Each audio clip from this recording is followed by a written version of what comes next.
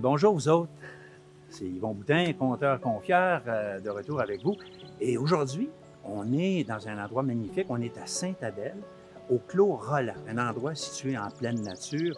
Et quelle merveilleuse place pour s'arrêter un peu avec les participants de l'activité pour regarder les couleurs. Regarder les couleurs de nos jugements et de nos préjugés. Et surtout, comment ces jugements et ces préjugés-là viennent colorer notre vie. Parler de jugement, c'est parler de capacité cognitive. Juger implique des processus cognitifs. Puis là, quand on parle de processus cognitifs, on parle de la perception, de toutes les variables de la perception. On parle du langage, de la mémoire, de la capacité d'autocritique.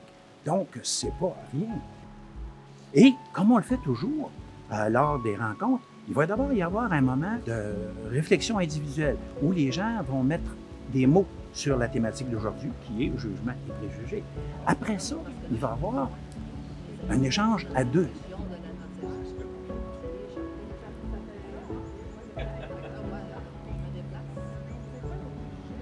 Puis, finalement, on va se rencontrer tout le groupe ensemble pour échanger, pour voir si on est capable de dégager des pistes, de réflexion ou d'action peut-être par rapport à ce qui aura été apporté.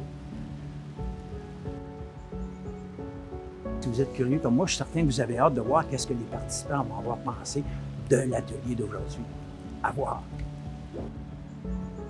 La raison de mon inscription à l'atelier, en réalité, c'est d'en connaître un peu plus sur peut-être les différences qu'il peut y avoir entre certaines personnes, certains âges et tout ça, afin de progresser dans mon cheminement de personnes retraitées.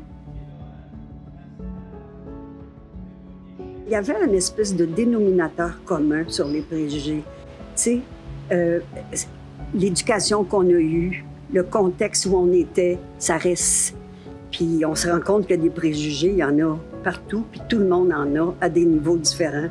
Et j'ai aimé ça, prendre conscience que dans le fond, on était tous pareils par rapport aux préjugés. Et ce qui est le danger, c'est que souvent nos jugements partent de nos préjugés. Donc, je me suis fermée à ça. OK. Je les ai dit non, on n'en parle pas, c'est ma décision. OK. Quand est-ce que Mon expérience d'Yvon, je ne le connaissais pas, j'avais vu sa photo. J'étais ravie de voir qu'il avait une belle expérience, qu'il avait travaillé dans des différents domaines, qu'il était psychologue. Je pense que c'est quelqu'un qui nous a apporté beaucoup.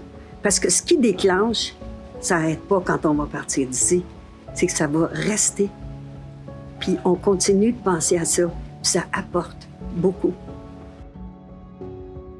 Ce que je retiens de la journée d'aujourd'hui, c'est la belle complicité et la confiance qui s'est installée entre les gens parce que parler des jugements puis qu'on porte sur les autres puis des préjugés qu'on peut avoir, d'emblée, c'est pas nécessairement la première chose qu'on va faire, mais non, les gens ont souscrit à l'idée et ont embarqué avec confiance.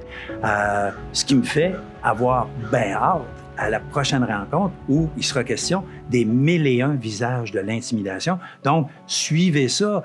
Au plaisir donc de vous voir.